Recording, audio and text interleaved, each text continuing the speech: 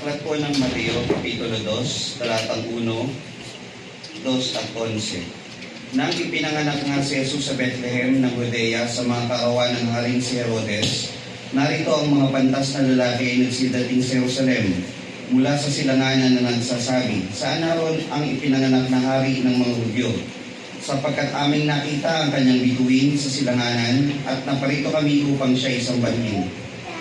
At nagsipasok sila sa bahay at nangakita nila ang sanggol na kasama ng kanyang inang si Maria at nangagpatira pa sila at nangagsisamba sa kanya. At pagbukas nila ng kanilang mga kayamanan ay inihandog nila sa kanya ang mga alay na ginto at kamangyan at mira. Pagpapala po sumating sa muling pagkarinig ng kanyang mga kabalang na salita. Good morning po mga kapatid. Isang mapagpalang araw po muli ang ipinagkaloob po sa atin ng ating mahal na Panginoon upang tayo ay sa unang araw ng isang linggo ay makapagpuri at makapagluwalhati sa kanyang banal at palinis sa pangalan. Ngayon din mga kapatid, tayo ay sumamba sa kanya in spirit and in truth. Hindi po gaya ng pagsamba na ginagawa po ng sanglibutan na inyo pong nababalitaan po nitong mga nakakaraang araw. Halos ipagmalaki na nila na sila nakakakompleto ng bawat gabi na kanilang ginagawang pagsamba. So, ang kanilang pagsamba sa Panginoon ay occasional, tinatawag. Aking po binasa mga kapatid ay ayon po sa aklat ng Mateo Kapitulo 2, talatang 1 at 2 at talatang 11. Pamagat po nito mga kapatid, kapanganakan ni Jesus. Wait po, hindi po natin pag-aaralan po ang Christmas. Ang tema po nito mga kapatid, mga pinatutunayan ng kapanganakan ni Jesus. Ngayon pong mga panahon na ito ay alam po natin ang sanglibutan ay nagdiriwang pagpatak pa lang po ng Bear o September. Pagdating ng Bear season, ang mga Pilipino ang may pinakamalaki at pinakamatagal at pinakamalawak na pagsa-celebrate ng Christmas sa buong mundo. Dahil September pa lang nagsa-celebrate na sila. Hindi kagaya ng mga ibang bansa, December lang. Ang paksa po ito mga kapatid ay upang tayo ay ilayo doon sa maling turo. Dahil po ang third Sunday po natin mga kapatid, di ba, doctrinal? Pero palibasa, alam na po natin halos yung mga doktrina. Kukunin po natin ngayon yung may kinalaman sa kadyusan pa rin ng Panginoong Jesucristo na pinatutunayan ang kanyang kapanganakan. At sa kapanganakan, pinatutunayan ang buo niyang ministeryong gagampanan. O wait po rin mga kapatid. Saan nyo nabasa dito sa Kapitulo 2, 1, 2 at 11 na nakalagay ang buong ministeryo ng Panginoong Jesus? Basahin natin muli, pakisundan po ng ating kapatid. 2, 1 at 11. Talatang 1. Nang ipinanganak na si Jesus sa Bethlehem ng Judea sa mga kaarawan ng Haring si Herodes, narito ang mga pantas na lalaki ay nagsidating sa Jerusalem mula sa silanganan na nagsasabi, "Saan naroon ang ipinanganak na hari ng mga Hudyo? Sapagkat aming nakita ang kanyang bituin sa silanganan at naparito kami upang siya isambahin." Talatang 11. At ipinanganak at nagsipasok sila sa bahay at nangakita nila ang sanggol na kasama ng kanyang inang si Maria at nagpatira pa sila at nagsisamba sa kanya. At pagkabukas nila ang kanilang kayamanan, ay inihandog nila sa kanya ang mga alay, ginto, kamangyan at mira. Saan po sa tatlong talata nakasulat ang kabuuan ng ministeryong gagampanan ng Panginoong Yesus sa kanyang pagparito sa sanglibutan? May nabasa po kayo? Ito na lang po sa 11. May nakikita po ba kayo ditong mga salita na nagpapakita ng kabuuan ng kanyang ministeryo? Bago po natin sagutin mga kapatid, gagawa tayo ng konting introduction para po mas madali po natin maunawaan yung ating pamagat at yung ating tema. Ang pamagat, kapanganakan ni Jesus. Ang tema po, mga pinatutunayan ng kapanganakan ni Jesus. Gawa tayo ng ilustrasyon. Alam niyo po ba mga kapatid, sino rito ang may problema sa daga, sa ipis, sa mga peste po sa bahay, gaya ng anay, ipis, daga, sino meron? Naisip niyo po ba kung ano yung magandang remedy o yung homemade na lason para sa kanila? Ang homemade po na lason na pinakamadali natin gawin is yung una, boric acid, ihahalo nyo sa asukal. Tapos yung asukal, yun ang naamoy, yun ang akalang pagkain, malalason ngayon yung ipis. Kakainin niya, kala niya, asukal lang yun. O kung wala kayong boric acid, yung baking soda. Ano yung baking soda? Ihalo nyo sa asukal, maaamoy yun ng ipis o ng daga. Akala niya, asukal lang kinakain niya, pero pagdating ng panahon, malalason yun. Kung medyo mas may kaya kayo, bili kayong maraming peanut butter, haluan nyo ng baking soda, haluan nyo ng boric acid. Ang maaamoy at malalasahan, peanut butter. Hindi siya mag-isip na lason pala yun. Alam nyo mga kapatid, yung lason, pagka nasa tukador nyo, aparador, nakalagay lason, iinumin nyo. Siyempre hindi. Pero pag ang label niya, maganda yung packaging, maganda yung bote, maganda yung tatak, walang bungo, na may epis, tapos may strawberry, tapos may nakaganon, tapos nakalagay FDA approved, pwedeng inumin o hindi? Pwede. Alam niyo ba, yun ang mas delikadong lason kesa dun sa bote nakalagay lason. Kasi yung lason mismo, iiwasan yun eh. So hindi siya delikado. Maliban na lang sa hindi marunong magbasa at hindi nabilinan. Pero yung maganda yung labeling, mas delikado yun. Bakit po? Kasi hindi nyo alam. Ang sanlibutan po, mga kapatid, sa katotohanan ay nasa ganitong sitwasyon. Ipapasahin po natin yung mga lason po na ginagawa nila. Number 1, yung bear season. Yung mga bear, buwan lang yan eh, pangkaraniwang buwan lang yan eh. September, October, November, December. Pero palibasa, pinapasukan ng dyablo ang kaisipan ng mga tao upang lagyan ito ng mekanismo na maging maano sa merkado, ipinapasok yung kaisipan ng kapanganakan ng Panginoong Jesucristo. So parang totoo. Pero alam niyo bang may lason na nakapaloob doon? December 16 to 14, ano pong meron? Simbang gabi. December 24, ano pong meron? Pisperas. December 25, Pasko o kapanganakan daw ng Panginoong Jesucristo. January 6, Three Kings. Tingnan nyo. Saan nakasulat sa Biblia na may tatlong hari? Ang tatlo ba talaga sila? Belen, Holy Family, na nandoon yung Three Kings. Alam niyo yun? Pasapsapan, nandoon yung sanggol na si Jesus, nandoon yung Holy Family, tapos sa gilid niya nandoon yung Three Kings, di umano. Sabi niya, di umano. Caroling, Christmas songs. Ano lason doon? Nasaan ang lason doon?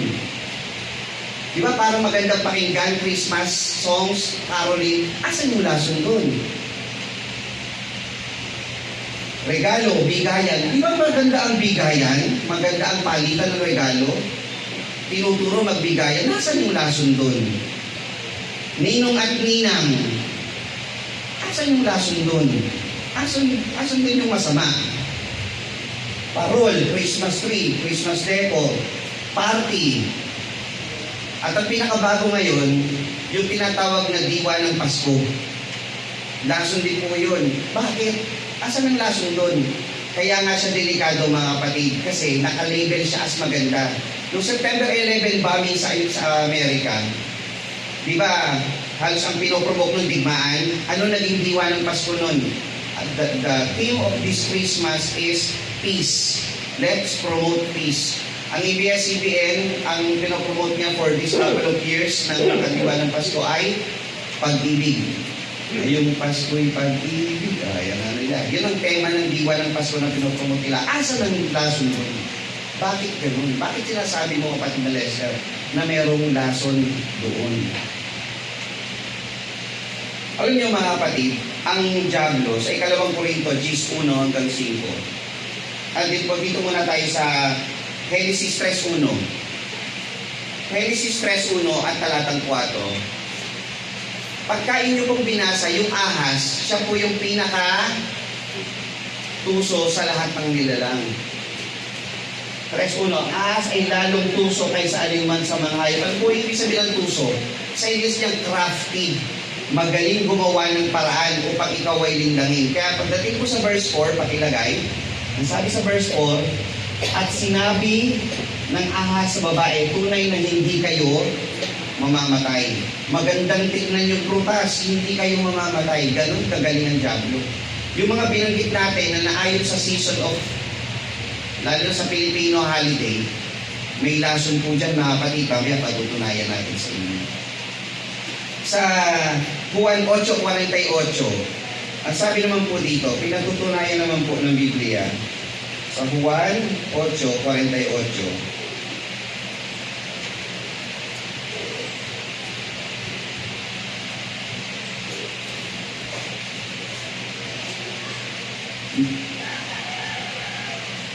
nagsisagot ang mga Hudyo at sa kanyang sinabi,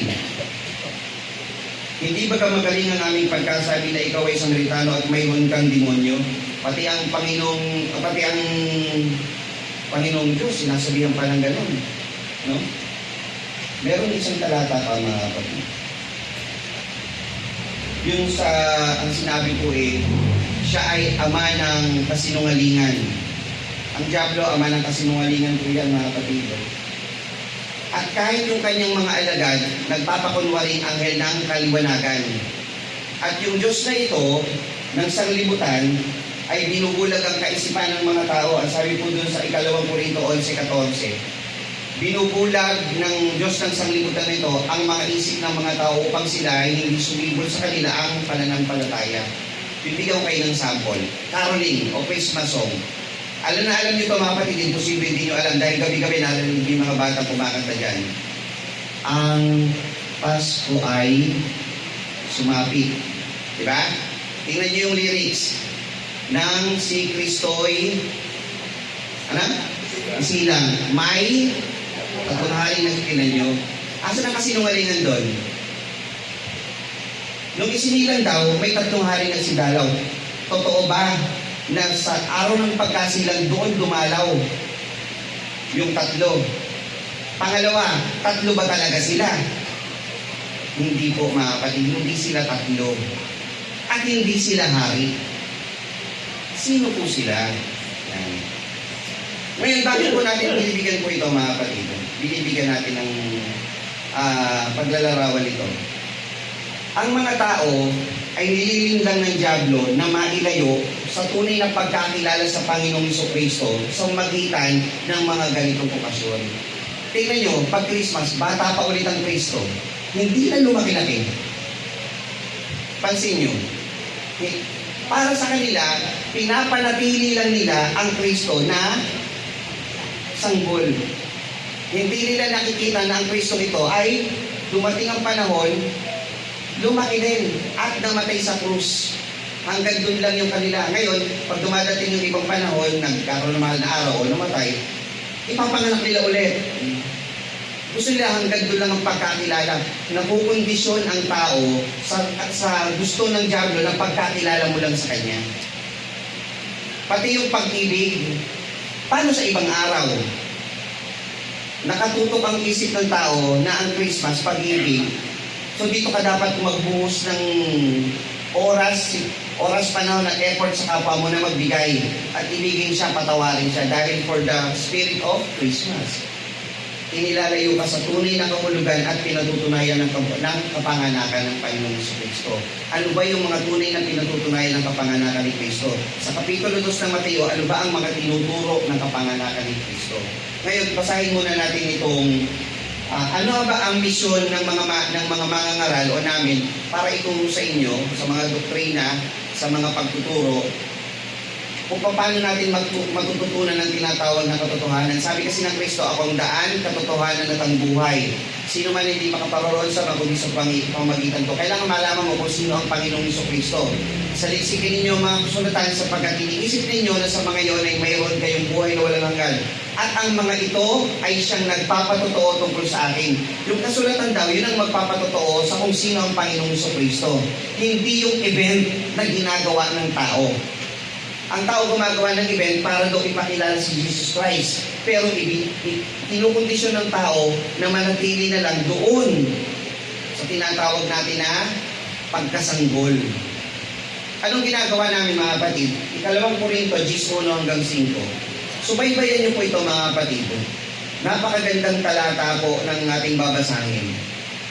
Kahi manawari mapagtiisan ninyo ako sa kaunting kamangmangan, ngunit tunay na ako'y ninyong pinagtitiisan, sapagkat ako'y nanilibugho tungkol sa inyo ng panilibugong ukol sa Diyos, sapagkat kayo'y aking pinapaggasawa sa isa upang kayo'y maiharap ko kay Kristo na tulad sa dalagang malinis. Agis 1. Ako si Pablo ay namamalig sa inyo alang-alang sa kabuang loob at pagpakumbabaan ni Kristo. Ako na nasa harapan ninyo ay mapagpakumbaba sa gitna ninyo, ngunit ako'y lubhang malakas ang loob kung wala sa harapan ninyo. Sabi ni Pablo, kaharap niyo ako, malakas ang loob ko, at kahit malayo ako, malakas ang loob ko. Parang kayo mga kapatid, pagkatapos ng mga ganitong pag-aaral, malakas ang loob namin. Pwede nyo sabihin sa labas, kahit wala kayo dito sa kapilya, natuto na kayo. Natuto na ba kayo mga kapatid? Amen. O ako'y namamalik sa inyo upang kung ako'y naharap ay huwag kayong magpakita ng katapangang may pagkakatiwala na ipinasya kong ipagmatapag laban sa ilang nag-iisip sa amin, nawari kami nagsisilakan ayon sa laman. May nag-iisip kasi kay Pablo na nag-iisip siya na ayon sa laman. Sapagkat bagamat kami nagsisilakan sa laman, ay hindi kami nakikipaglabang ayon sa laman. Sapagkat ang sandata namin pinakipaglaban ay hindi ukol sa laman, kundi sa harapan ng Diyos ay may kapangyarihan bumiba ng puta. 5. Na siyang bumibiba ng mga maling akala, mga bawat bagay na matayog na nagmamataas laban sa karunungan ng Diyos. Ang ipinaglalaban ni na Pablo, gibain yung mga maling pag-iisip, maling akala, maling aral ng sanglibutan. Ito ang gagawin namin. Yung mga mali nating kinagawian, mali ninyong dating ginagawa, dapat gibain na yan. At kahit hindi kami nakaharap, kahit walang nakakakita sa inyo, dahil nakikita kayo ng Diyos, magiging confident kami na kayong natuto na tinanggal na ninyo yung mga maling paniniwala, maling tradisyon at maling ginagawa ng sanglibutan. Basahin natin ngayon yung 2:1 ng Mateo. Subaybayan niyo po ito mga kapatid. Nang ipinanganak nga si Jesus sa Bethlehem ng Judea sa mga kaarawan ng Haring si Herodes, narito ang mga pantas na lalaki ay nagsidating sa Jerusalem mula silanganan na nagsasabi, saan naroon ipinanganak ang hari ng mga Hudyo, sapagkat amin nakita ang kanyang bituin sa silanganan at narito kami upang siya'y sambahin. Ang tinawag po dito sa uno, mga pantas na lalaki. Hari ba po? Hindi. Sino tong mga pantas na lalaki? Gusto nyo malaman ng tunay na pangalan yan? Sa sanglibutan kasi may pangalan yan eh. Sino daw yan? Si Melchor, si Gaspar, si Baltasar. Di ko alam kung paano nila na-count up yung mga pangalan na yon. Pero hindi po yun ang pangalan nila. Gusto nyo malaman ng tunay na pangalan nila? Mamaya sasabihin po natin sa dulo, paalala po ninyo ha. Yung pangalan nitong mga to. Sasabihin po natin sa dulo yung totoo. Biblically speaking. Yan. Baka may nakakalam, taas po ang kamay. Pero yung Melchor, Gaspar, Baltasar, hindi po yun. Mali po yun. Mamaya sa dulo sasabihin natin. Nang ipinanganak nga si Jesus, December 25 po ba ito? Kailan po ang tama? Hindi po. Walang buwan ng Abib sa Biblia po na sinabi. Saan niyo po nabasa yung buwan ng Abib? Wala po. Pero may nakasulat sa Biblia kung kailan. Ayon sa Biblia, tinutukoy kung kailan. Ako lang po magsasabi niyan. Sabihin natin mamaya kung kailan. Gusto niyo malaman? Maglalakas lang po tayo, sabihin natin kung kailan. Pero yung buwan ng Abib, malayo po yun. Kasi yung Abib na, pumapatak siya ng Abib is Nisan, mga January kasi yun eh.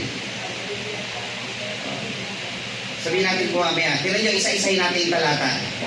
Mga pantas na lalaki. Ang mga pantas na lalaki, tignan nyo po yung English translation po ninyo ng Bible. They are called wise men. Yung mga wise men na to ay galing po sa silanganan na nagpunta sa Jerusalem. Pero saan ba ipinanganak si Jesus? Sa Bethlehem. Ibig sabihin, nung pinanganak si Jesus, hindi doon nagpunta yung mga pantas na lalaki. Magkalayo ang Jerusalem at Bethlehem nang si Kristo'y silang may tatlong hari nagsidalaw. Uno, nang ipinanganak nga si Jesus sa Bethlehem, Judea, sa mga kawan ni Haring Herodes, narito ang mga pantas na nagsidating sa... yung awit po ba mali o tama? Mali. Diba? Ang laki po ng diferensya ng Jerusalem to Bethlehem. Malayo po yun. So itong mga pantas na lalaki, ano ang naging guide nila para makarating po doon? Ang sabi po dito, ang tanda, sapagkat saan naroon ang pinanganak na hari ng mga Hudyo, sapagkat aming nakita ang kanyang bituin sa silanganan, narito kami upang siya isambahin. Itong mga pantas na lalaki is believed to be yung wise men. Pag inilalaw nyo sa banal na sulatan, ito po yung mga tao na nasa Babylonia na pinapangasiwaan ni Daniel. Mga pantas na lalaki. Basahin po ninyo Daniel 2.48. Ang sabi po doon, Daniel 2.48. Bibilisan po natin ng kaunti.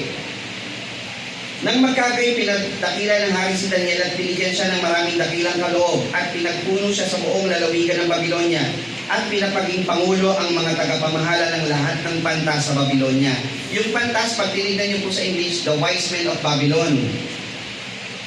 Yung mga pantas na lalaki po na ito, tinawag po itong mago sa 5.11. Tingnan niyo po yung Daniel 5.11. May mga lalaki sa iyong kaharian, may isang lalaki sa iyong kaharian na kinaroroan ng Espiritu ng Banal na Diyos at ng mga karuan ng iyong Ama at nasusunod sa kanyang liwanag at unawa at karunungan na gaya ng karunungan ng mga Diyos at ng Haring Nabucodonosor na iyong Ama o Hari. Sinasabi ko ang iyong Ama ay ginawa niya siyang Panginoon ng mga mago at ng mga inkantador ng mga kaldayo at mga manghuhula. Panginoon ng mga mago. Panginoon ng mga mago. Masters of magicians. Mago. In other words, magi o magi. Yung mga mago, yun yung wise men. Itong mga wise men na to, inaantay nila yung isinulat ni Daniel sa 9.24. Meron po kasi sinulat si Daniel sa 9.24, ang sabi, 70 linggo ang ipinisya ng iyong mga tao at sa iyong banal na bayan. Sa 25, at itatayong Jerusalem sa pinahiran na prinsipe magiging 7 linggo at 62 linggo. Sa 26, yun po tinatawag na prinsipeng darating. Ito pong mga pantas na lalaki, palibhasa sila ay pinangangasiwaan ni Daniel, inaabangan nila yun. Mga pantas na lalaki, mga astrologer ito, sila rin yung mga, kumbaga sa Israel, may saserdote ang tawag, sila ay nangangasiwa, nagpapahid ng langis kung sino ang magiging susunod na hari. Sa Babylonia o sa Median, may tinatawag tayo na magi o magoy. Sa English, wise men. Sila yung nakatalaga para magpahid ng susunod na hari. So magi ang tawag doon. Sa Israel, saserdote. Sa Median, sa Babylonia, magi o mago. Okay? Itong mga mago na ito, hinahanap nila at inaabangan. Siguro namatay na yung iba, isinalin ulit sa iba yung mga sinulat ni Daniel, inaabangan nila ito hanggang dumating ang panahon. 490 years and estimation, 490 or 483 years nilang iniintay kung kailan ipapanganak ang Panginoong Yesus. Ano ang tanda o anong tanda? Sabi, may bituin. Kasi po nasusulat sa aklat ng Bilang 24:17. Bilang 24:17. Tingnan niyo po mga kapatid. Aking makikita siya, ngunit hindi ngayon. Aking mapagmamasdan siya, ngunit hindi malapit. At lalabas ang isang bituin sa Jacob at may isang setro na lilitaw sa Israel. So itong mga mago, magi, mga wise men, inaantay talaga nila, inaantay. At ang palatandaan kung saan yun ipapanganak, mga astrologer to, matatalinong tao ito eh. Inaantay nila, so ganitong taon, may bituin. At doon po yung magiging tanda. Kaya yung mga tao, gumawa ng parol. Kuha niyo? Tuloy, daming bituin ng tanda doon. Problema ngayon yan. Anong klaseng bituin ba yun? Umasa lang sarili ng version. Ngayon, sa Mateo 2, talatang 3, tingnan nyo kung ilan sila. Nang marinig ito ng Haring Herodes ay nagulumihanan siya, pati ang buong Jerusalem. Palagay nyo, kung 3 lang ang dadalaw, may dumating na mga pantaslaki, 3 lang. Palagay nyo, magiging balitong si Herodes, napakatapang nito. In history, pati anak niya, pag ang asawa niya nagkaanak na lalaki, pinapatay. 3 lalaki, magugulumihanan siya, masisindak siya. Hindi siya matatakot dyan, hindi siya kikilabutan dyan. Sabi, nagulumihanan siya. This might be a caravan. Isang army o isang pulutong ng mga wise men ito. Mga pantas na lalaki. Marami ito, hindi po ito 3 lang. Kaya ipinagpalagay ng tao na ito ay 3 dahil dun sa 3 ibinigay. Ginto, kamangyan at mira. So akala nila, 3. Nagulumihanan siya eh. Kung 3 lang kumakatok sa kaharian ni Herodes, matakot kayo, 3 lang, sino yan? Bugawin nyo nga. Ang Google lang yan, 3 lang yan eh. 10, matakot si Herodes doon? Hindi. Si Herodes may army. Hindi yan matatakot sa 3 lang. Marami po ito. Kasi ang number na ito, kung gaano man ito kadami, ay sapat upang si Herodes ay maggulumihanan. Pati ang buong Jerusalem. Palagay nyo, pag may 3 tao dumating sa kupang, matatakot tayo, taga-kupang, sila matatakot sa kupang. Papasok 3 tao sa kupang, Maria Corazon na lang. Pero buong Jerusalem natakot. Gaano karami ito? Para sila sa buong Jerusalem, notice nila at mapansin nila yon. Palagay nyo, kayo na magpasya kung ilan. Pero ang buong Jerusalem, nagulumihanan. So yan ang palatandaan na hindi po ito 3. Kuha nyo mga kapatid. Pag pinag-aralan natin sa isang Miyerkules sa Q&A, yung katangian ni Herodes, kung Idumean pa yan, kalaban ng mga Hudyo yan, si Herodes. Hindi matatakot sa 3 tao yan. At pagkatipon ng lahat ng pangulong saserdote at mga eskribas ng bayan ay siniyasat niya sa kanila kung saan kaya ipinanganak ang Kristo. O tingnan nyo, kung sabi ng sanglibutan, 3 hari dumalo sa Panginoong Kristo nung siya pinanganak, tingnan nyo, pagdating, hinahanap pa eh. At sinabi niya sa kanya, sa Bethlehem ng Judea, sapagkat ganito ang pagkasulat ng propeta. Sabi, ganito ang pagkasulat ng propeta. O ikaw, Bethlehem, sa lupa ng Huda, sa anumang parang hindi ka pinakamaliit sa mga pangulong bayan ng Huda, sapagkat mula sa iyo lalabas ang isang gobernador, at siya'y magiging pastor ng aking bayang Israel. So nakita na ba, pagpunta ng mga pantas, nakita na ba ng Panginoong Yesus? Nakita na ba nila ang Panginoong Yesus? Hindi pa. So yung mga tao sa panahon nito, sa sanglibutan, kinukondisyon sila ng larawan ng Belen. So pag kadatingin nyo doon, ano ang pumapasok sa isip nyo? Nung pinanganak si Jesus, nandoon sila, may star sa ibabaw, at may 3 hari sa gilid. Nakukondisyon, nalalaso ng isip ng tao sa kung ano ang tunay na larawan ng totoong nangyari sa Biblia. Nakuha po natin mga kapatid. So mali po ang mga sineselebrate nila. Nang magkagay tinawag ni Herodes ng lihim ang mga pantas na lalaki at kanyang siniyasat ng buong ingat sa kanila ang kanilang panong inilang ang bituin. At pinayaon niya sa Bethlehem at sinabi, kung magsiparoon at ipagtanong ng buong ingat ang tungkol sa sanggol at pagkasumpong niyo sa kanya, ay ipagbigay alam ninyo sa akin upang ako na may maparoon at siya'y aking sambahin. Sa verse 8, tignan niyo kung maigi. Sabi ni Herodes, pag naipagtanong niyo at nakita niyo na yung sanggol, ipagbigay alam niyo sa akin upang ako naman ay makasamba din. Ano po pinatutunayan ng verse 8? Sa verse 8, enemies pretend to worship Christ. Pansin nyo, ang kalaban, they pretend to worship Christ. Totoo ba o hindi? Totoo. Ganyan po nangyayari. nililigaw ng dyablo ang kaisipan ng mga tao sa pamagitan ng tatlong bagay. Tinitake out niya yung focus mo sa tunay na kahulugan, tunay na kabuluhan, at tunay na pagka-Diyos ng Panginoong Jesucristo. Binibigyan ka ng doubt. Ano ba talaga yun? Kailan ba talaga nangyari yun? Dinideceive ka, niloloko ka, binubulag ka, at minimisinterpret nila ang mga talata upang ikaw ay mailayo sa tunay na pagkakilala sa Panginoong Diyos. Dahil sila man mismo ay nagpe-pretend na sasamba sa Diyos. Tama ba? Ganun ang nangyayari sa sanglibutan ngayon? Totoo, ganun ang nangyayari. Sa hindi nila pagkaalam ng tunay na pagka-Diyos ng Panginoong Jesucristo. Verse 9. At sila pagkarinig sa hari ay nagsiyaon sa kanyang lakad. Narito ang bituing kanilang nakita sa silanganan ay nanguna sa kanila hanggang sumapit at tumigil sa tapat ng kinaroroonan ng sanggol. At nang makita nilang bituin ay nagalak sila ng di kawasang galak. Sa verse 10, pinatutunayan naman na real worshipers o genuine worshipers receives true joy. Ang mga tunay na mananamba ay makakaramdam ng tunay na kagalakan sa Panginoon. Kayo ba mga kapatid, nararamdaman yun?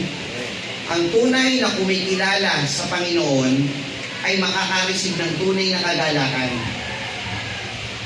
Take note, itong mga pantas na lalaki, hindi Hudyo. So the first worshiper ng Panginoong Jesucristo nang siya'y pinganak ay isang hintil, ay isang bahagdan o isang kalipunan ng mga hintil. Verse 11, at nagsipasok sila sa bahay. Tingnan niyo po ulit ito. At nagsipasok sila sa bahay. Saan ipinanganak ang Panginoong Jesucristo? Sa pasabsaban. Nung pumunta ang mga pantas na lalaki, saan sila nagpunta? Sa bahay. From manger to a house. So hindi na po sila talaga nagpunta doon sa pagkasanggol ng Panginoon. At ang Panginoong Jesucristo, hindi na po siya sanggol nung dumating po itong tatlo. Tingnan niyo po yung English nito. May English ka ba niyan, bro? Now, when Jesus was born, 11.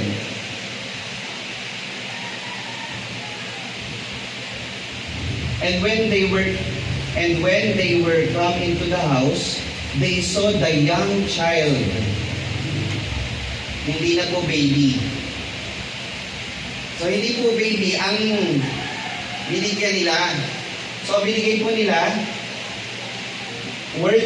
they fell down, worship Him, so sinamba, and when they opened their treasures, they presented unto Him gifts, gold, frankincense, and myrrh. Gold, kamangyan, at mira. Ayan. So, nabasa na po natin hanggang talatang 11. Ngayon, ang pamagat natin, babalikan po natin. Mga pinatutunayan ng kapanganakan ni Jesus. Meron pong tatlong pangunahing pinatutunayan ng kapanganakan ng Panginoong Jesucristo. Una, ang katunayan o ang pinatutunayan ng kapanganakan ng Panginoong Jesucristo ay ang katunayan ng katuparan ng hula ng mga propeta.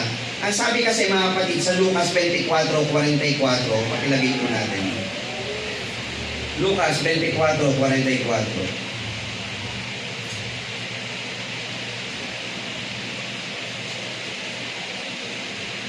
At sinabi niya sa kanila, ito ang aking salitang sinasabi ko sa inyo. Nang ako'y sumasa inyo pa, na kinakailangang matupad ang lahat ng mga bagay na nangasulat tungkol sa akin sa kautusan ni Moises at sa mga propeta at sa mga awit.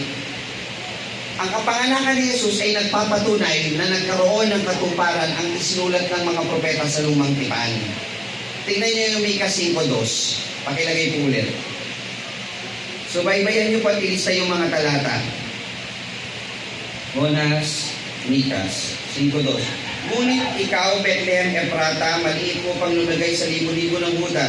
Mula sa iyo ay lalabas sa akin ng isa na magpupuno sa Israel, na ang pinagbuhatan niya ay mula ng una, mula ng walang hanggan. Sino po ba'y mula sa walang hanggan? Ang Diyos. So sa 2:5 at 6 ng Mateo, pinatutunayan yung kapanganakan ng Panginoong Jesucristo. So ang number 1 na pinatutunayan ng kapanganakan ng Panginoong Jesucristo, hindi po para i-celebrate ng tao taon-taon, kundi upang patunayan ang kasulatan ay nagkatotoo. Tingnan niyo yung Juan 5:46. Juan 5:46. Sapagkat kung kayo nagsisampalataya sa akin, nagsisampalataya kay Moises, ay magsisampalataya kayo sa akin. Sapagkat tungkol sa akin, siya'y sumulat. Nung pinanganak ba si Moises, napanood natin sa ating dito, movie night. Nandun na ba ang Panginoong Jesucristo? Sino ang kausap ni Moises? Ang Diyos. Boses. Sabi ni Moises, sabi dito, tungkol sa akin, sabi ni Jesus, siya ay sumulat. Si Moises sumulat tungkol sa Panginoong Diyos. Mali bang tanggapin mo na si Jesus at ang Diyos na kinikilala naman ng Israel ay iisa, wala kang problema. Tungkol sa akin, siya ay sumulat. Pinatutunayan ng kapanganakan ng Panginoong Jesucristo na yung sulat ng mga propeta, sulat ni Moises ay tungkol sa Kanya. Na yun ay nagkakatotoo. Kaya tingnan nyo yung Mateo 1:22. Nang pinanganak ang Panginoong Jesucristo. 1:22. At nangyari ang lahat ng ito upang maganap ang sinalita ng Panginoon sa pamamagitan ng propeta o ng mga propeta. 1:22. Tingnan nyo muna yung 21. Sabi po doon, at siya mga anak ng isang lalaki at ang pangalang itatawag mo sa kanya ay Jesus sapagkat ililigtas niya ang kanyang bayan sa lahat sa kanilang mga kasalanan. At nangyari daw yun upang mangyari o maganap ang sinalita ng mga propeta. So number 1 natin, ano ang pinatutunayan ng kapanganakan ng Diyos? Ng kapanganakan ng Panginoong Jesus upang patunayan na nagkaroon ng kaganapan ang sulat ng mga propeta. Pangalawa, basahin niyo po yung Zacarias 2:11. Zacarias 2:11.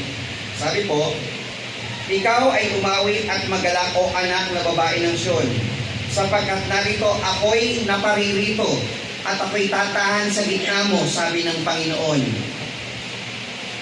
Ang pinatutunayan ng kapanganakan ng Panginoong Jesucristo. Number 2, ang pangako ng Diyos na siya'y bababa ay magkakatotoo o ay nagkatotoo. Anong pangako ng Diyos sa Zacarias 2:10? Ako'y naparirito, ako'y tatahan sa gitna mo.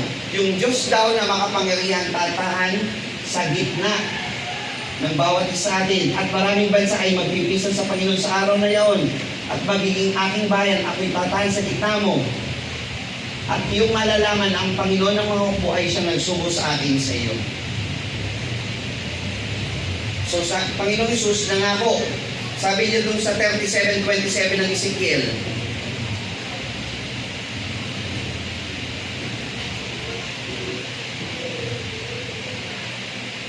at ang aking tabernakulo naman ay magpapasa gitna nila at ako'y magiging kanilang Diyos at sila'y magiging aking bayan. Yung tabernakulo daw ng Diyos, mapapasa gitna daw. Paano mangyayari yun? Sabi po doon sa Filipos 2:6. Tingnan niyo po ito. Paano mangyayari yung tabernakulo ng Diyos? 5. Magkaroon kayo ng pag-isip na ito'y na kay Kristo Jesus din naman. Na kay Kristo Jesus. Na siya, bagamat nasaan yung Diyos, ay hindi niya inaring isang bagay na nararapat panangnan ang pagkapantay na niya sa Diyos.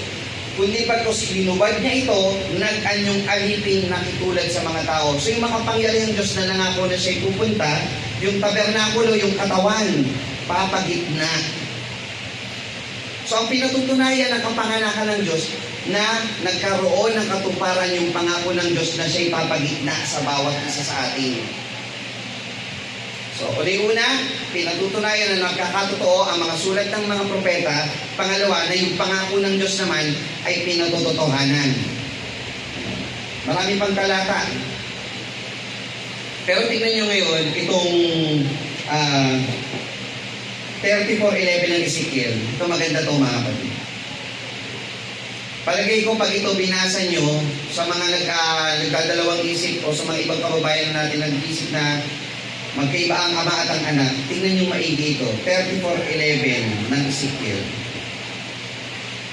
Sapagkat ganito ang sabi ng Panginoong Diyos, narito ako sa makatuwid bagay ako, sisiyasat ng aking mga tupa at aking hahanapin sila. Ano sabi ng Diyos? Siya daw sa makatuwid bagay, siya mismo, di ba? At aking hahanapin sila. Kung paano hinahanap ng pastor ang kanyang kawan sa karawan na siya'y nasa gitna ng kanyang mga tupa na nangalat, gayon ko hahanapin ng aking tupa at ililigtas ko sila sa lahat ng dako na kanilang pinangalatan sa maulap at madilim na araw. Sa 19:10 ng Lucas ang sabi, sapagkat ang anak ng tao ay naparito upang hanapin at iligtas ang nawala. So sino yung nangako na paririto, hanapin ng mga tupa?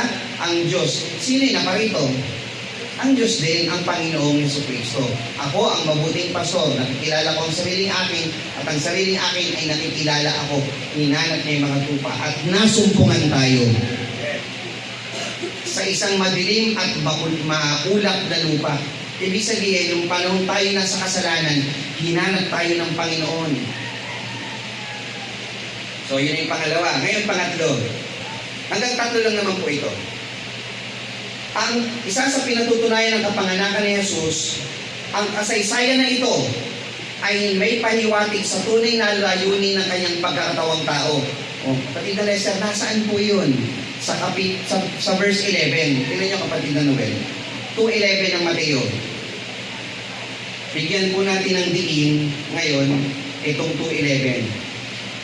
Ang mga pantas na lalaki nagpunta sa Panginoong Jesucristo, in estimation nasa 2 years old. Kasi after 2 years, itong si Herodes, sabi niya sa 2:16 ng Mateo, nang magkagayon, nang mapansin ni Herodes na siya'y pinaglaruan ng mga pantas na lalaki, ay nagalit na mainam, nagutos at ipinapatay ang lahat ng mga sanggol na lalaki na nasa Bethlehem sa buong palibot noon mula sa gulang na 2 taon hanggang sa pababa. So, ganun yung estimation. So, hindi siya sanggol ng pinuntahan ng mga pantas na lalaki. Sa verse 11, ang sabi, pagpasok nila sa bahay, nakita nila ang sanggol na kasama ng kanyang inang si Maria. Dito sa Tagalog version, it's sanggol, pero sa English version, young child. Ano ang binigay nilang alay o hain? Ang sabi, anong unang ginawa nila? Nagpatira pa sila at nagsisamba sa kanya. Anong unang ginawa? Nagpatira pa at nagsisamba. When you know Christ, pag nakilala mo daw ang Panginoong Jesus, anong dapat na gawin mo? Magpatira pa at sumamba. At pagbukas nila ng kanilang mga kayamanan, ay inihandog niya sa kanila ang alay, ginto, kamangyan at mira. Ito po yung ministeryo ng Panginoong Jesus. Asan po doon? Ginto, pakilagay pataas natin ng konti. Ginto, kamangyan at mira. Mga kapatid, pag kayo may anak kayo, niregaluhan ng ganito, ginto. Anong gagawin niyo sa ginto? Para sa anak niyo? Kamangyan. Alam niyo po ba yung kamangyan? Frankincense. Ang frankincense po ay galing po sa isang puno, sa dakta ng puno, yung resin, para po itong goma.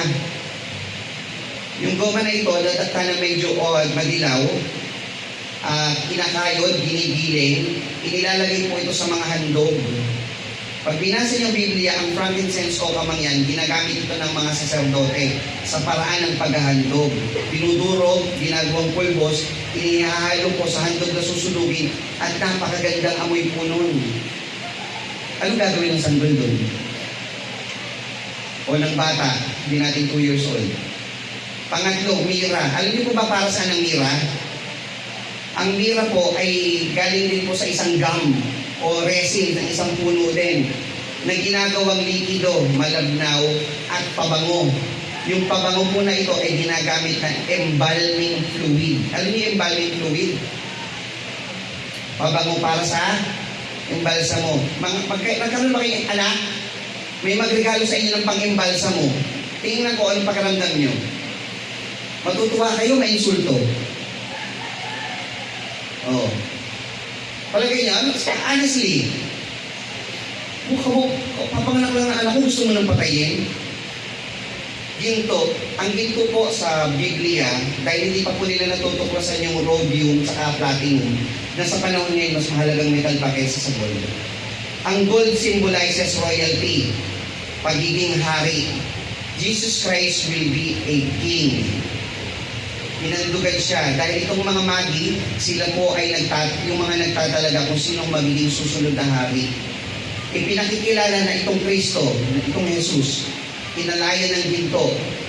Si Haring Solomon man, inalaya ng hari ng Reyna Sheba, ng ginto, parangal para sa isang hari. Ang ginto ay inihahain para sa isang hari. Kinikilala nila si Christ bilang hari. Frankincense o kamangyan. Bakit hinainan ng kamangyan? Si Jesus ay kinikilala, sumisimbolo po ito bilang saserdote. Siya po ay gaganap ng pagiging isang mediator ng tao sa Diyos. Bagaman siya mismo ay Diyos, nagpadala ng mga propeta, mga tao, siya na mismo ngayon ang gumitna yung kanyang katawan sa tao at sa pagka-Diyos. Inialay niya yung kanyang katawan na isang mabagong samyo para tubusin ang ating mga kasalanan. Embalming fluid o yung mira. Bakit po mira? Sumisimbolo sa magiging kamatayan ng Panginoong Jesucristo. Bakit? Yung kapanganakan ng Panginoong Jesucristo, pinatutunayan ito na itong batang pinanganak, ang misyon niya ay para mamatay. Though lahat ng tao, alam natin tayo mamamatay. Pero hindi natin misyon ang mamatay. Katotohanan, tayo ay mamamatay. Pero ang Panginoong Jesus, sabi po dun sa Ezekiel, basahin po ninyo yung Isaias na lang po, 53:3 ng Isaias na lang. Marami pong talata pero kulang po tayo sa oras. Sa Isaias 53, tinan niyo yung magiging misyon ng ipapanganak. Siya'y hinamak, itinakwil ng mga tao, isang taong sa kapanglawan, bihasa sa karamdaman, siya sa isang pinagkopyahan ng mukha ng mga tao, siya'y hinamak at hindi natin hinalagahan siya. Tunay na kanyang dinala ang ating mga karamdaman at dinala ang ating kapanglawan, gayon may ating pinalagay siya na hinampas, sinaktan ng Diyos at pinalamhati. Tama ba? Hindi siya kinilala ng sanglibutan? Ngunit siya'y nasugatan dahil sa ating mga pagsalansang. Siya'y nabugbog dahil sa ating mga kasamaan. Ang parusa ng tungkol sa ating kapayapaan ay nasa Kanya at sa magitan ng Kanyang mga latay ay nagsigaling tayo. Ang purpose ng kapanganakan ng Panginoong Jesucristo ay upang siya ay mamatay upang tubusin ang ating mga kasalanan. Ngayon mga kapatid, tingnan niyo pong maigi. Si Jesus, siya ay kinilala sa bagong tipan, sabi, siya yung hari ng mga hari. Tingnan niyo po yung unang Timoteo 6. Unang Timoteo 6:14 hanggang 16.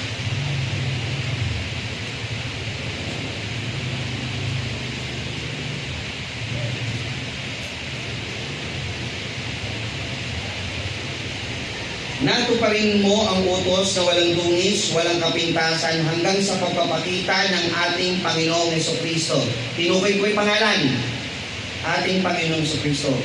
Nasa kanyang kapanahunan ay ipahahayag siya na mapalad, tanging makapangyarihan, hari ng mga hari at Panginoon ng mga Panginoon. May hari pa ba bukod sa Panginoong Jesucristo? Wala na. May Panginoon pa ba bukod sa Kanya? Wala na. So pinatutunayan ang Panginoong Jesucristo, siya yung hari ng mga hari at Panginoon ng mga Panginoon. Matibay po na batayan ito. Ang tanong, siya ba ang hari sa iyong puso?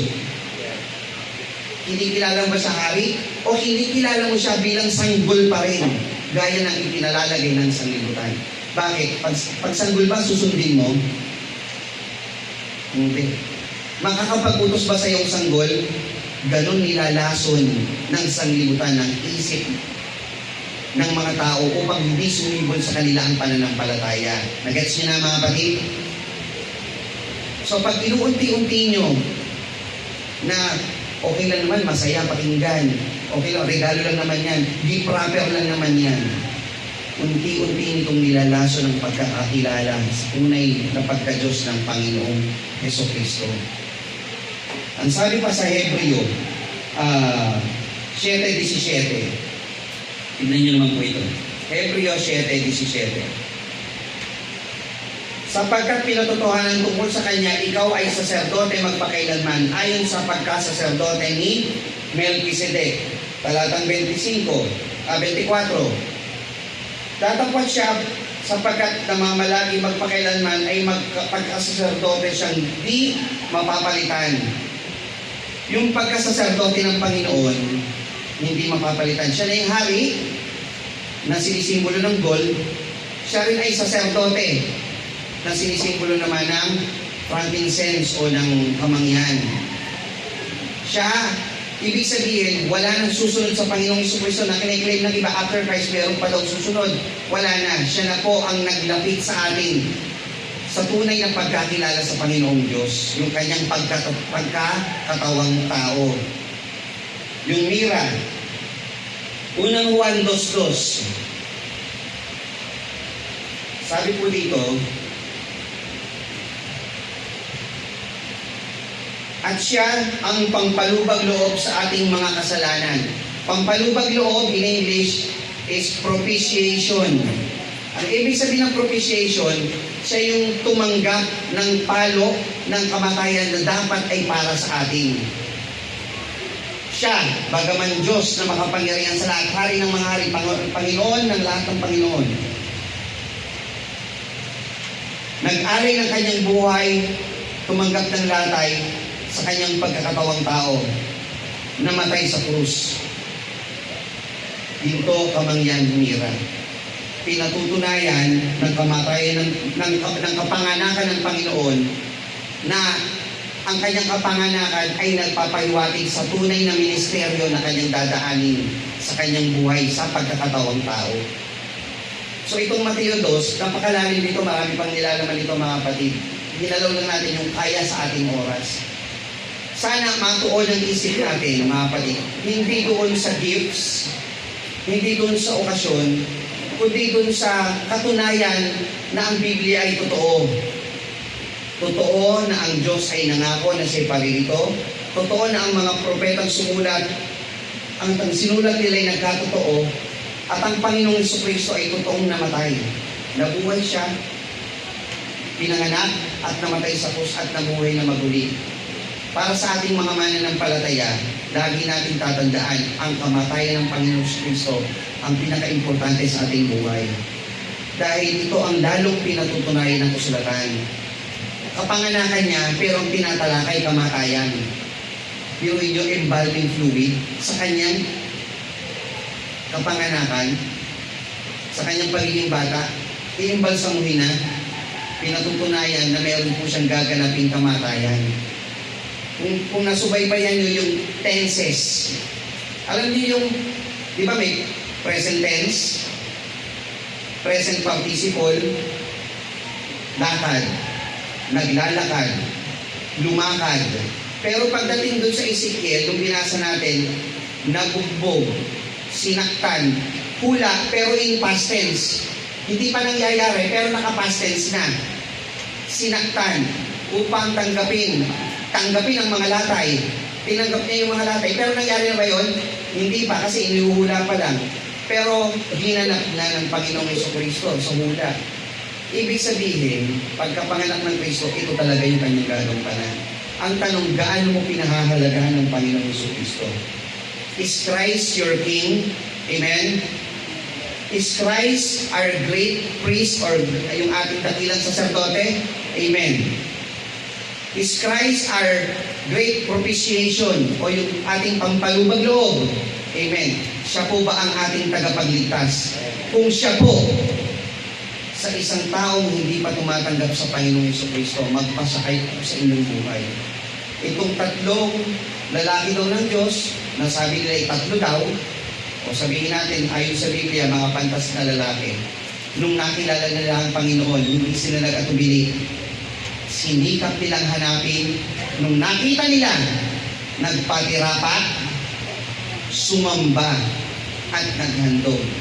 Ang inihandog nila ay yung mga kayamanan na para sa kanila ay napakahalaga. Pag tinignan niyo po yan, kahit pag i-google ninyo, napakahalaga ng tatlong bagay na ito at napakahihirap hanapin. Ginto, kamangyan at mira nung panahon noon. Anong mahalagang bagay ang pwede mong dalhin sa Panginoon bilang handog mo ayon sa iyong tunay na pagkakakilala sa Kanya? Ano po? Ang iyong sarili. Ihandog mo yung katawan o yarap mo yung katawan ng isang haing buhay, banal, kaaya-aya na siyang iyong katampatang pagsamba. At aalalahanin mo siya sa kanyang kamatayan. Napakahalaga po ng ginampanang ministeryo ng Panginoong Diyos sa bawat sa atin na pinatutunayan.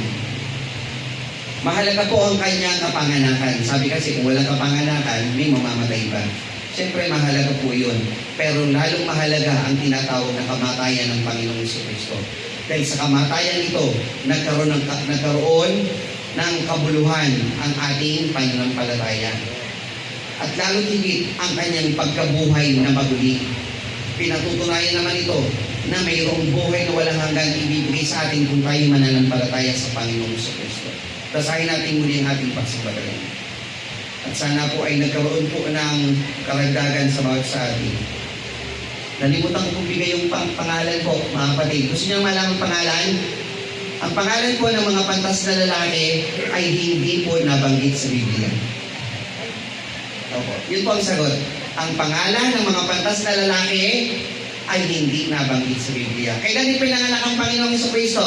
Ang kanyang kapanganakan ay hindi nabanggit sa Biblia. Maliwanag po yun, mga kapatid.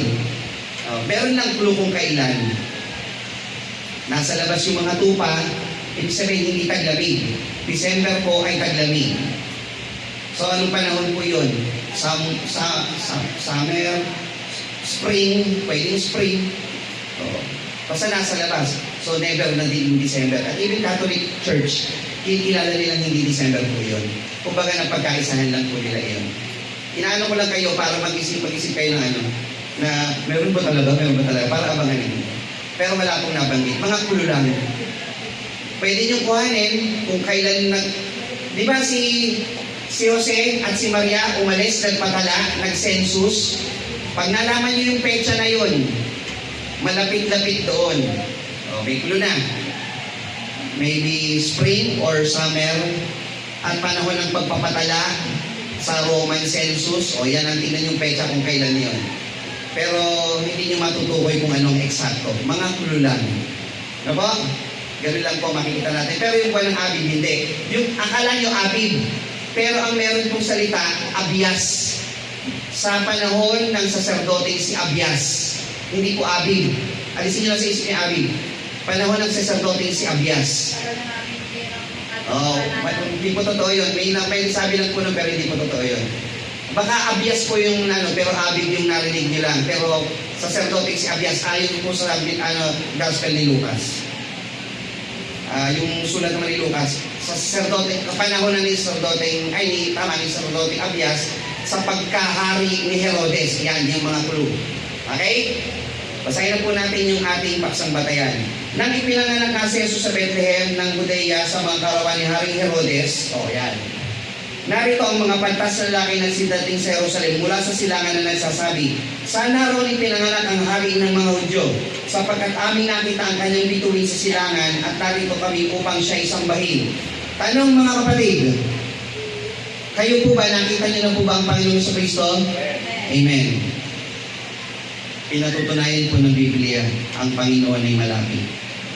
At nakita na po natin at ito'y ating sinampalatayanan. Verse 11, at nagsipasok sila sa bahay at nangakita nilang sanggol na kasama ng kanyang inang si Maria at nagpatira pa sila at nagsisamba sa kanya at pagkabukas nila ng kanyang mga kayamanan na inihandog nila sa kanya ang mga alay, ginto, kamangyan at mira. Nawa po mga kapatid sa umaga pong ito yung kasi po. Para lang po marinaw, okay lang po bang attend ng mga part sa school, sa work. Ganito po mga kapatid.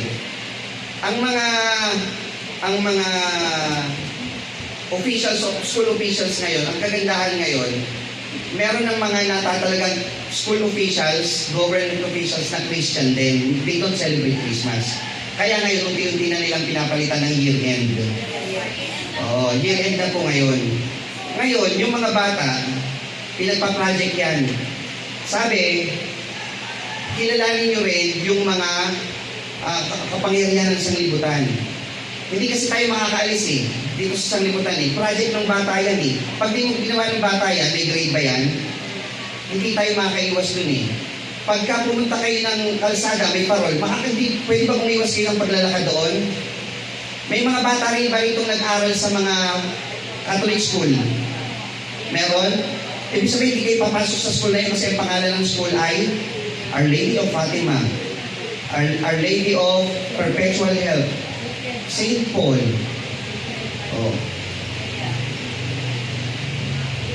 Makakalakad ba kayo dyan sa street natin dyan? Saint Ignacio Street. Street ng santo ito Hindi ko pwedeng lakaran ito. Hindi tayo makakaiwas doon. Ang iniiwasan natin, yung maling kaisipan kung bakit yung ginagawa ng tao. Kung gagawin mo yun, dahil ang nasa isip at puso mo is because of a project, kailangan sa school, anong masama doon? Kung yan ay year-end program ng tingnan mo. Pero yung ginagawa nila, huwag mong gawin. Kung ang pakikisama mo ay pakikipagkapwa-tao, nire-respeto mo sila, anong bastusin mo sila? Asa nagpapakita mong Kristiyano mo doon? Ngayon, pagdating doon sa mga greetings, yun ang naiwasan mo. Pag sinabi nila sa iyo, ito, para sa Christmas ito, yun ang huwag mong gawin. Ngayon, unti-unti, darating naman ang panahon ngayon, may nag-Christmas tree pa ba sa inyo? Dati meron tayo, aminin nyo. Bata ako meron, pero ngayon wala na, di ba? Dati nagpaparol tayo. Pagdating ng panahon, kikinis yan. Pero umpisahan natin ngayon. Kung ngayon, may mangilan-ilang Christmas party pa, darating ang panahon dyan, puro year-end na yan. Darating panahon, wala na rin yan. Hindi natin kasi maiwasan sa ngayon. Ang mahirap mga kapatid ganito, huwag niyong uusigin yung kapwa niyo tungkol sa nangyayari. Bakit siya? Umpisahan niyo sa inyong sarili lang. Pag may nakita kayo, ba't siya? Hindi ganun yung Kristiyano. Ang Kristiyano, ipinaiiwas, tulad yan, ikaw pa yun muna mag-post ng Merry Christmas. Mag-group chat ka pa sa mga kaibigan mo ng Merry Christmas. Hayaan mo na lang sila mag-greet sa'yo, mag-chat sa'yo, mag-post sa'yo, pero ikaw wag na. Makikilala naman nila yun Hayaan mo sa'yo magmula. Yung mga bata ang Christmas party, hindi na maawasan ng mga bata yan. Pag uwi niya, hindi paliwanag mo sa kanya. Asan yung pagkamagulang mo kung di mo ipapaliwanag sa kanya? Diba? Ginawa natin yan kasi kailangan niya sa school. Pero alam mo, kahit anong matanggap mo, ipagpapasalamat natin sa Panginoon yan. Hindi yung galit ka dahil hindi mo nakinuha yung gusto mong regalo. Kasi yung mga ganun Para sa kanila kasi Christmas is giving. Pero sa atin mga kapatid, when you love your neighbor o yung kapwa, mahamahalin mo siya araw-araw. Sasamba ka sa Panginoon araw-araw, kikilalanin mo siya araw-araw. Ano yung mga bagay na di po na dapat gawin? Kami sumusulyan pa sa inyo ng pagpunta ng simbang gabi.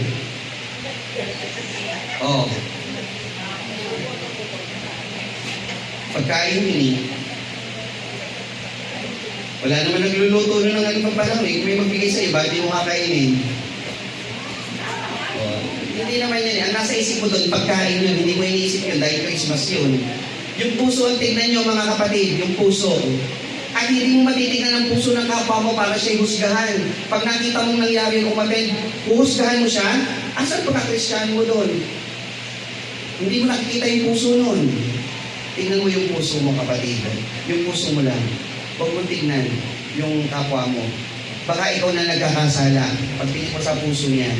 Pero kailangan natuto kayo. Tingnan nyo mga kapatid yung Facebook page natin sa Church of Christ. Basahin nyo. Sinisipagan natin maglagay ito para basahin nyo at i-share nyo. Meron doon, opo, natuto na ako. Sana basahin nyo at share nyo. At hinahamon ko kayo. Pag di nyo ma-share nyo, nahihiya kayo. Tingnan nyo mga kapatid. Pag di nyo na-share yun, nahihiya kayong i-share yun kasi baka ayaw nyo hindi makatanggap ng regalo sa mga amiga nyo. Baka Bawal magbigay din sa ano. wala pa ng Christmas yun, hindi ko nabibigyan yun. Ng mamasko. Oo. Hindi naman maganda yun. Pero pagka yung may nagbibigay ng pamasko, okay na tumagat. Ang kapwa mo, huwag mong pipigilan na gumawa ng mabuti. Pero ipapaliwanag mo sa kanya na ikaw hindi nakikiayon sa Pasko. Paliwanag mga kapatid. Kung ang kapwa mo magbigay sa'yo, tanggapin mo. Walang masama doon. Huwag mo siyang babaskusin. Pero yung anak mo, gawin mong negosyo, gawin mo ng maraming ninong at ninang para pagdating na may ganansya tayo, wag na. Matuto na kayo mga kapatid. At kung maaari, iwasan nyo na yung ninong at ninang. Sa sanglibutan po yun. Ginagawa natin ang dedication for witnessing. Katunayan siya ay naitalaga sa Panginoon. Sponsor po yan na siya ay witness. Naipasalamat na po ba talaga yan? Naitalaga na ba yan sa Panginoon? Opo, saksi ako nang siya'y naitalaga. Hindi po yun ninong-nina. Okay po, mga kapatid? Nakasanayan natin. Pero darating yung panahon, mawawala yan, nakasanayan nyo lang. Pero mawawala po yan. Tignan nyo, wala na kayong parol, wala na kayong Christmas tree. Mawawala din po yan. Ang nasa ating puso, mga kapatid, kung ano ba? Ang nasa puso natin ngayon, mga kapatid, ang focus natin, lalo na sa panahon ng pag-alaala. Last na lang po ito, sa panahon ng pag-alaala, Jesus Christ died for me.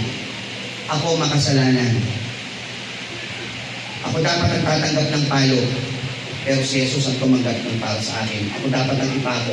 Sa dami ng kasalanan ko, siya ang napako para sa akin. Kaya sasamba ako sa Kanya habang ako'y nabubuhay. Muli isang magandang umaga sa inyo mga kapatid. Ang ating mahal na Panginoon. Tayo po'y sama-sama ng Lord at ngayon.